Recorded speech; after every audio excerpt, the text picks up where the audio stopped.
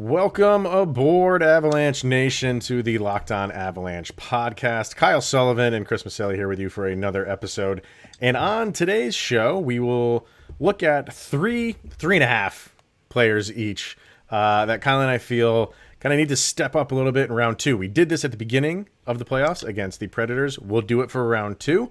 We will look at, I did put a tweet up about the Avalanche this series, I should say, round two, maybe not getting as much notoriety in the media as the other three series. Will explain that. And I know we're an Avalanche podcast, but when the Vegas Golden Knights do something that just makes you go, wow, you kind of have to talk about it. This franchise lives rent-free in my head, and I am completely okay with that. Let's get to everything. You're Locked On Avalanche, your daily podcast on the Colorado Avalanche. Part of the Locked On Podcast Network, your team every day.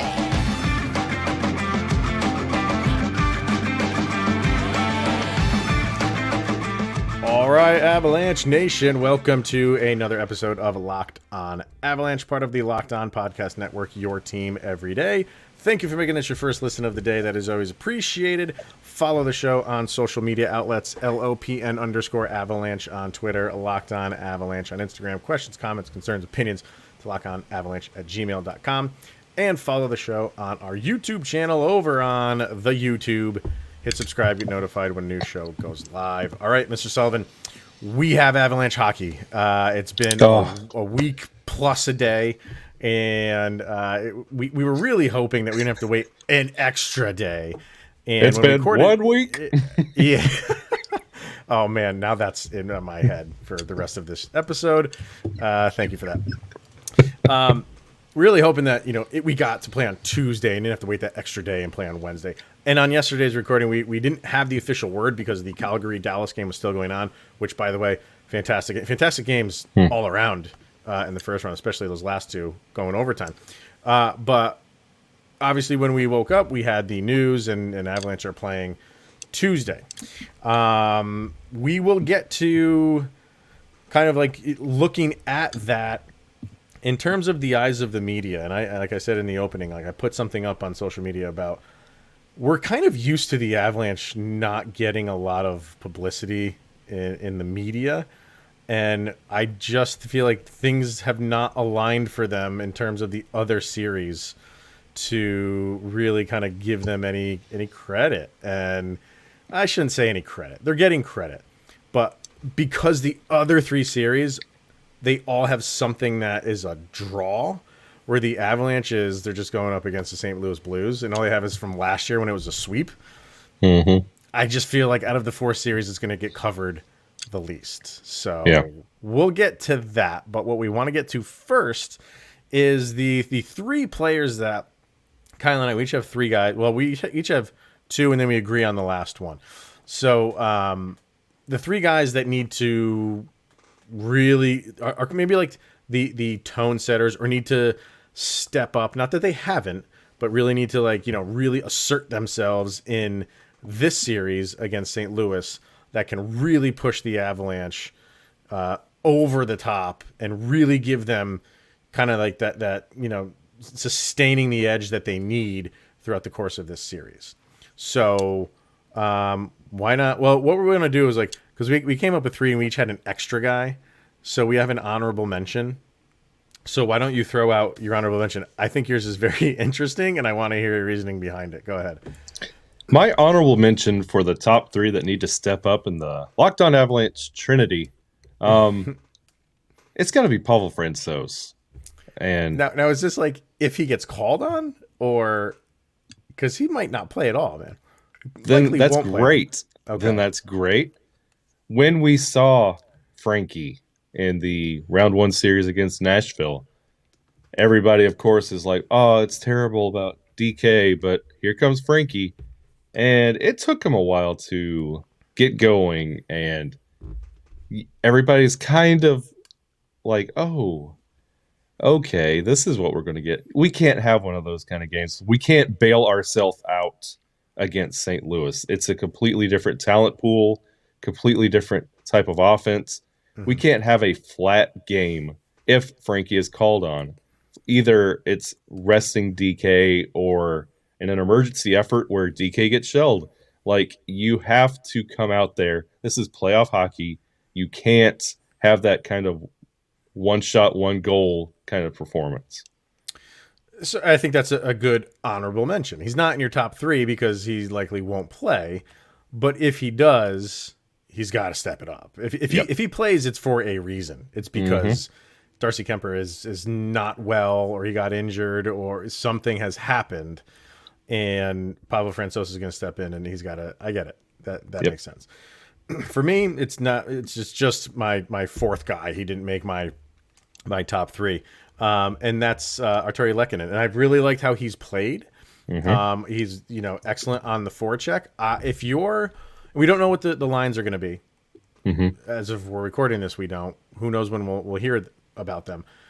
If everything stays the same for the most part, and he's still on that second line needs to produce points.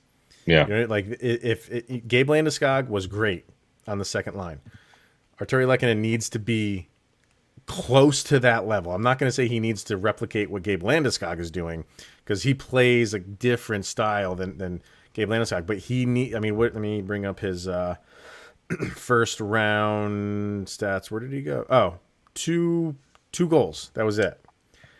I just want to see a little bit more in the scoring department. Play exactly how you've been playing everywhere else around the ice. But when it comes to needing to step up a little bit, give us a few more goals. Give us a few more assists, primary assists maybe. And he has the capability to do that. So I'm looking forward to him to step up. So he'd be my honorable mention. Your number 3. Let's get into our top 3. So who's your third guy that needs to kind of step up in this series?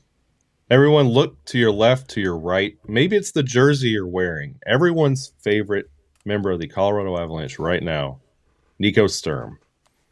Is he everybody's favorite? Why is he everybody's favorite? You never know. I'm talking to that one person. Hey, there's McDermott fans out there. So. Yeah, they're true. There's a fan base for him. But no, it's when he came over, everybody kept talking about how great his face-off numbers looked, and it was great in the regular season. While we were doing the Twitter Spaces, I'm watching and I'll announce at the end of every period what everyone's individual face-off percentage is. Sturm's was in the basement against St. Louis, which is really the first time that it's been like that. Like he's been rock solid in the face-off department. And it's one of those, when you're scoring a touchdown on Nashville every night, you really don't think too much about it. You're not going to really nitpick and say, okay, well, let's get better. No. Against St. Louis, we talked about in the last episode, like depth on depth, the forwards, it's going to be punch for punch. And face-offs are crucial. We need to keep possession of the puck. Guess what? They can't score if they don't have it. So you honestly really need to improve the face-off percentages, not just like Sturm, but like league, like the team wide, especially on the power play. But Sturm, that's what we brought you in for. We need more of it. Yeah, you do. Face-offs are huge, and especially in the playoffs. So when those late, it might not be out there. I mean, he's probably going to be centering the fourth line. Like, it might not be out there when it's 30 seconds left and taking a face-off, but. In the third period, if the games are close and you have an offensive draw, and he's out there, you need to win those. So I like that one. I like that. For me, we talked about him a little bit yesterday, and it's Sammy G. The difference in tone between the Predators and the Blues will be noticeable. And, I won't spend too much time on him because we did talk about him yesterday, but I just feel like this is a better fit for Sammy Girard against St. Louis than it was against the Predators. So if he has a little bit more space, he's a good puck handler. He is. But when you pressure him is kind of when he gets a little iffy with the puck. And I just don't see, I kind of see him being able to kind of, go through all 3 zones and have good exits and have good entries. If he's allowed to do that, Sammy Girard can be a big piece to this series for the Avs, and he's on that second unit power play. And, you know, the play he runs with Devon Taves is, you know, they that's their play. We know what the first power play unit is, and the play that they love to run. The second power play unit has their play too, and it's between Sammy Girard and Devon Taves. So I think he's going to play a big role in this series, and I think he's going to, you know, a lot of people are on him. For some reason, it's a Sammy Girard. Let's get him, you know, rush him out of town for whatever reason. I think he's got a chance to kind of maybe turn some of that thinking around in this series. So, yeah, I completely agree. Completely agree. Number 2 for you, sir. Timothy Compher. Okay. There's something about a JT Compher goal that makes you feel like this team's got it. like when he can score, things are the machine is well oiled, basically. Yeah, he's like, of course, like, say what you will about Jost. Like, he was like one of those heart and soul kind of guys on the team. That's now JT's role. And if JT scores, if JT's doing a positive play, like, the team rallies around that. It's something that they welcome with open arms. And if JT could bust out one of his like 2-goal games in the playoffs, like, you expect the top 2 lines to really do some damage. If you're getting it out of JT Compher, that really is something you could buy in and believe in, and might steal you a game or two. So yeah, I would like to see some scoring from JT Compher.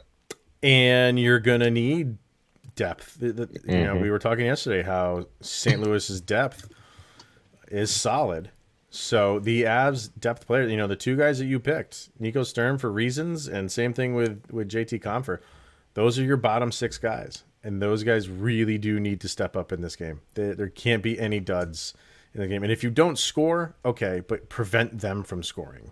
Yeah. That's kind of what you have to do.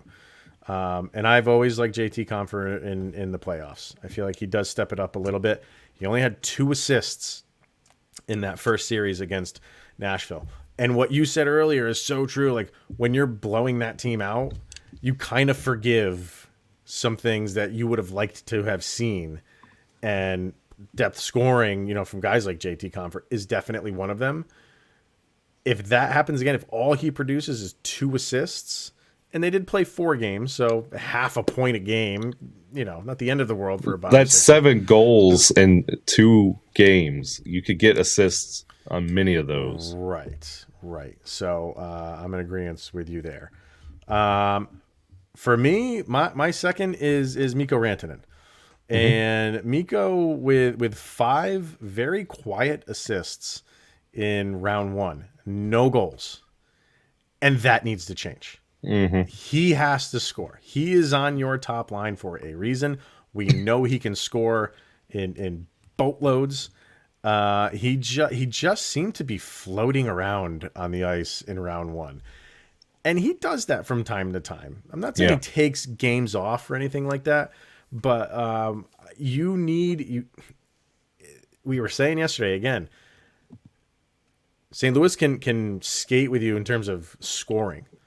So your scorers need to score in this series. Nathan MacKinnon, I have every reason to believe he is not going to slow down. I think you're going to get goals from Gabe Landeskog. He gets those greasy sandpaper goals right in front. He'll do that. You know, Cale Makar, he'll do what he does. You need Mikko Rantanen matching what those guys do. You have to. And I feel like he can do it, and he knows what the stakes are. I'm not concerned about it. This is just, again, this is not a segment to be like, these are guys that didn't step up in the first round and need to. But he is a guy that I don't think did enough in the first round. And again, everything was fine. You swept him. Okay, that's fine. This is going to be a different series. He's definitely one that needs to start putting pucks in nets. Yep. So, and then our number 1, we both agree on this. And this is your boy, Mr. number 91, Nazem Kadri.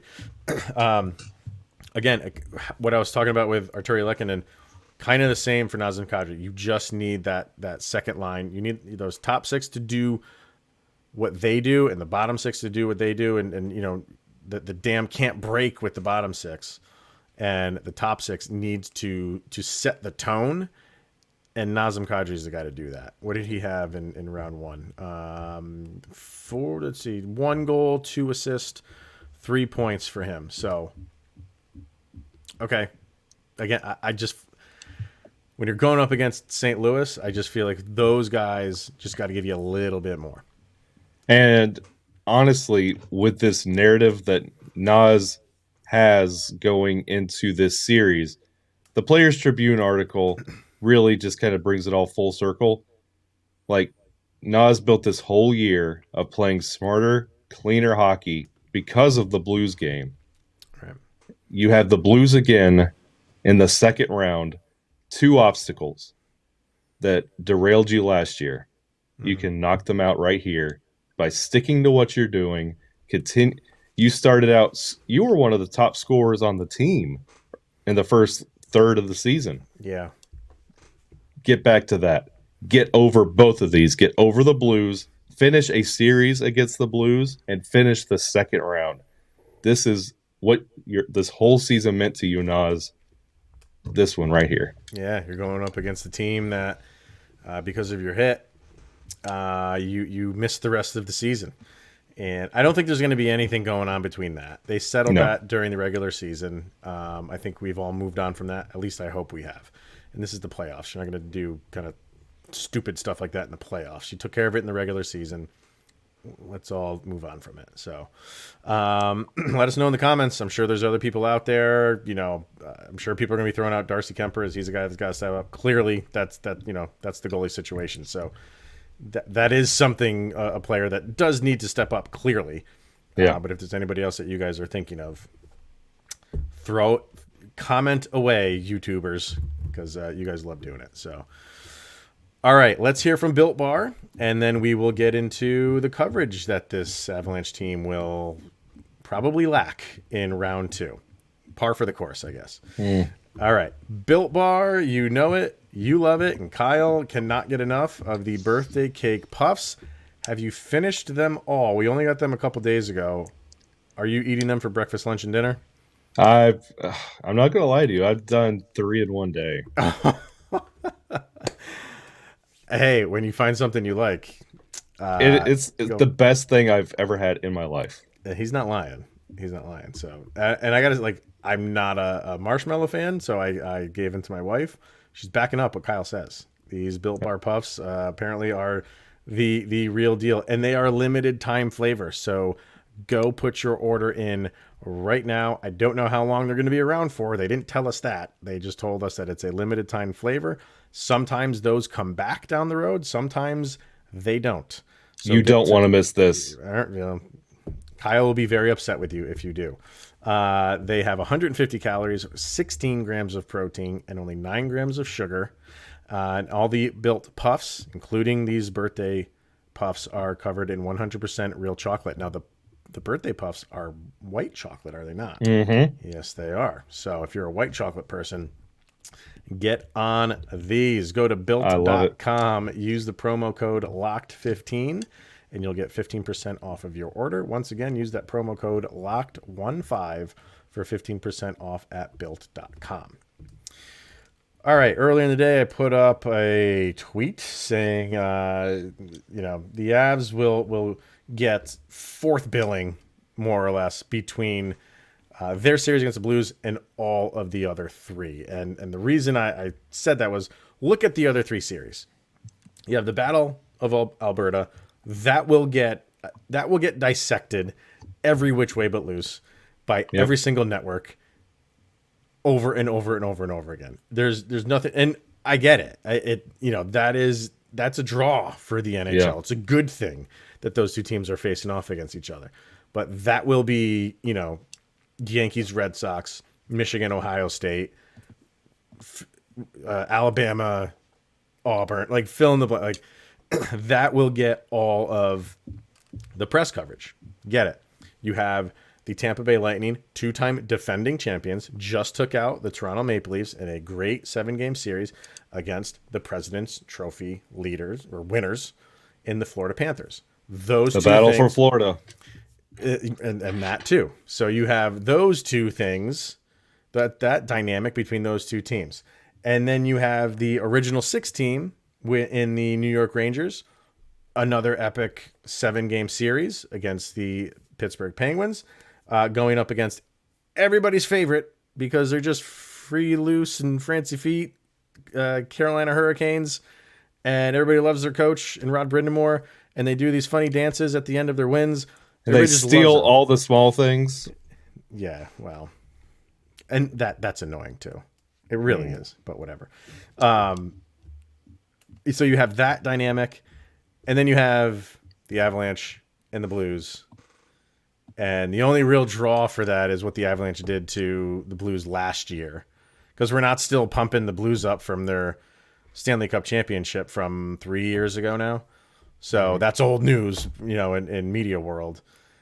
There's not a lot there. There's not a lot of meat on the bone to push other than individual players like Cale Makar, and Mikko Rantanen and Gabe Landeskog and Nathan McKinnon. Like, you have the individuals that you can pump out there, and you'll get your dose of Cale Makar, trust me. But when it comes to a series, I just feel like this is going to be the last one. And some people are out there like, I don't care. And in the grand scheme of it, I get that.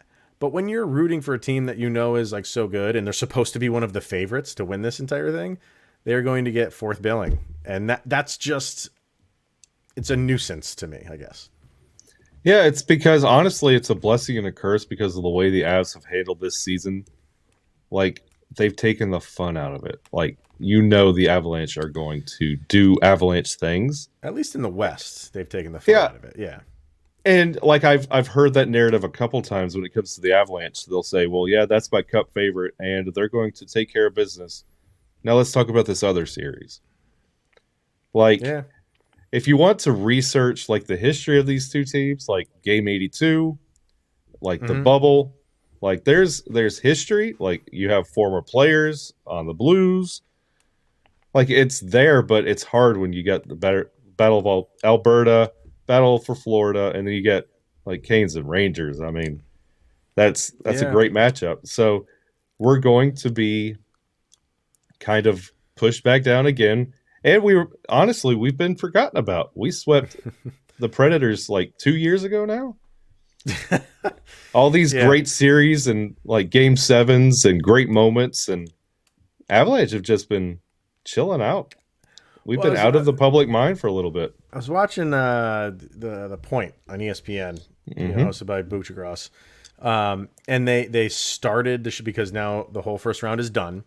So they open the show with this great video montage, and not a single Avalanche highlight in that video montage. It was about a 2-minute montage, and it was like you just said, like, okay, it's almost like they've been forgotten about. So whatever. And again, I know that there's people listening to this be like, maybe it's a good thing. They're just on the back burner, play their games, skating underneath, and then people will remember them when the real time comes. It's just something that I pay attention to, and just something that irks me. And I get it. Being an Avalanche fan, they're not a huge market in the hockey world. So I get that an original 16 like the Rangers is going to get a lot of publicity, especially in the playoffs.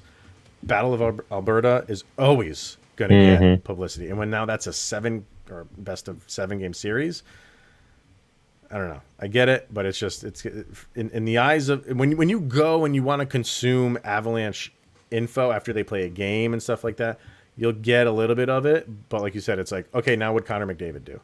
Yeah. And sometimes it just gets annoying when you're always like on the back burner. And if we don't have the public's attention now after hanging 2 7 spots on Nashville, sweep the only team to sweep in the playoffs, and nobody wants to pay attention, that's fine. Well, we'll make them pay attention. That's fine. That's fine. But the casual fan that tunes into the NHL because it's the playoffs, their last memory is the weekend where you had all these game 7s and all these overtime, winning game 7s, and then they hear about the Avalanche. What did they do? Well, they swept their series. Like, well, that's not fun. I don't want to watch that. I want to watch a Game 7 overtime. I get that part of it too. I don't Sure. want to watch a Game 7 overtime with my team involved in it. Oh no. We've been there before, and that is a stress test if I've ever seen one. So Yep.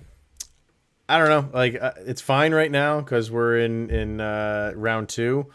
If we can get through round 2 and then you get to the conference finals, then you start getting the street cred a little bit more. So, but for round 2, you're just going to have to sit back and maybe consume your Avalanche information from things like Locked On Avalanche. Hey. All right. We have to mention before we wrap this bad boy up, the Vegas Golden Knights are hockey's best soap opera, if you ask me. And I went looking for it, and I couldn't find it because when they fired Pete DeBoer, all I could find was that. Every news outlet was reporting on that. And I could have sworn I read something where they said that he likely wasn't going to get fired. And that came from the front office of Vegas. I could be completely wrong on that, but I'm willing to guess I'm not, because this franchise goes about things in a very different way. And I'm not saying I liked Pete DeBoer. I don't. Did he deserve to get fired? I don't think so. And for a franchise that's been in existence for 5 years now, It's been a long 5 years. Hasn't it been? They're looking for another head coach. Who would want that job? For the simple fact that Kelly McCrimmon at his press conference said, we need a different voice in the locker room. After 2 years, you need a new voice in the locker room. Who wants that job? If that's what you're telling people, that you have 2 years to basically win us a championship, and if not, you could be looking at the door. I say nobody wants that job, knowing full well that people do want that job. But you know what I'm saying when I say that. It's I can't figure this franchise out. They just go about things a different way. Yeah, so different that literally they're the only team that I have blocked on social media. Do you really? So see, I'm the opposite. Like I have to see the lunacy that they will put out in tweets and stuff like that. After the Descendants won last year, I immediately blocked them, never look back. Yeah. That crossed the line. And honestly, I'm not the biggest DeBoer guy, but he did not deserve that. Honestly, I'm relieved for the guy. He's out. He could go coach somewhere that's like an actual hockey team, that's run like an actual hockey team. Yeah. They could probably get Wayne Newton to run it. Yeah, they get him back there to coach. They get free tickets to the Wayne Newton show. All he's got to do is take the elevator down and probably walk across the street. Probably. So I think that's what they want. I think they just want a figurehead to be behind the bench. And I don't. Why does Pete DeBoer take the fall for this? When what you gave him, they're looking at it as we gave you a roster that's $120 million salary cap. Yeah. Basically, is how they're looking at it, and you didn't win it for us. And it's it's bigger than that. We gave you a fantasy hockey team, Pete. Well, you gave him a fantasy hockey team of injured players. You did. You know what I mean? And he was right on the cusp of making the playoffs. I'm grateful that they didn't, because I like seeing Vegas go through a little bit. They haven't been there yet where they're at the bottom of the standings like every other franchise in the history of the NHL has been, and suffered through that. The biggest suffering that the Vegas Golden Knights have done are losing in the Stanley Cup Finals, which a lot of franchises would like to just make it there, and just missing out on the playoffs. It went down to the last 2 games of the season. That's your suffering. You need to suffer more than that for me to really start feeling bad for anything that happens to the Vegas Golden Knights. And I'm here for it. I don't know where they go from here. Everybody's throwing out Trotz, but I'm hearing from other people no, Trotz is not going there. I think Trotz is going to Winnipeg, if you ask me. I really hope they get an old, Rick Bowness is on his way out of Dallas. Yeah, I'm hearing that too. Yeah. But he might not. He might want some time off. But I don't know. He's been doing it forever. I know. That's why he might want some time off. Yeah.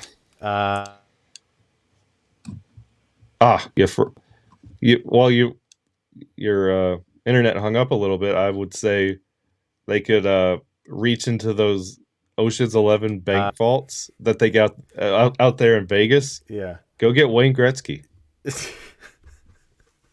Oh my! I mean, he's coached before. He's coached To those incredible Coyote teams. I can't imagine he would go there ever. He's in that commercial. Which one's that? Where he's walking through like the Vegas like water and like there's they play it 100 times on TNT. It's terrible. Yeah, like I said, I just felt the need to talk about. I just love talking about them. Yeah. If I could, I would host Locked On Vegas Golden Knights only to rip on them for every single for 5 days a week for a half hour a day. I would love to do it. You would be the Triumph, the comic dog of Locked On Vegas Golden Knights. I'd have no listener base. They'd all hate me, but I would get a kick out of it. But go follow Tony because he does a really good job over there. He's really cool. He's a great guy. So he's fun to talk to. He doesn't just bow down to what Vegas does. Like he will call them out every turn. So it's a fun show to listen to. But for us, I think it's just the excitement of round two, the excitement, the nervousness, the trepidation, line up the feelings that I think Avalanche fans have right now. They're excited because Avalanche hockey is tonight. But it's that dreaded round two, and I'm not as hung up on round two as some other people are, but I do understand why some people are. And I'm sure the Blues are nervous as well. You think so? I think the Blues are loose. I think the Blues feel good. They just took out the Wild, and the Wild are a good team. I think the Blues are they played 6 games and they've had 4 or 5 days of rest. So they went through a pretty tough series and are rested on the back end of it. It's not like, these game 7s that went into the weekend and they're turning around a couple of days and have to play. I don't think the Blues are feeling any nervousness whatsoever. Well, you see from like the couple Blues fans we had drop into the YouTube comments, like not the most confident in this series. So we'll see how it goes. I think that's just because the Avs are a good team. You know what I mean? Like I that whole second round exit thing, people want to hang their hat on that, and it's like, well, you haven't won. It genuinely doesn't matter. Yep. I know people think maybe there's like a little bit of a curse or the Avs can't do it. And then you have Toronto go do what they did again. And people are like, see, it happens to Toronto. It's like, it's just Toronto's up against a very good team in Tampa. Yeah. They're the 2-time defending champions for a reason. They're tough to shut out. The Avs, yeah, they've had some bad luck in the second round. That will not play a role at all in this year. If anything, it will motivate them. If anything. Oh yeah. But they're not going to be gripping the sticks tighter if it goes to like 6 or 7 games. This team knows what they have. They know what they have, and they know that they just have to play their game and they can beat anybody. And they are as confident as they've ever been. St. Louis is confident too, but they know that they're facing a good team in the Avalanche. That's not going to make them just cower. But the second round is not going to make the Avalanche cower. Like they are up for this. They are up for this. So we shall see. You want to get that first one. That is for absolute sure. Go up 1-0 in the series is huge. You want to always get that first one. So, all right, sir. Anything else you got for this one before we call it a day and then have puck drop? I'm just happy to be back. Hey, come follow us on the Twitter Spaces. We're going to be live for the game. Yeah.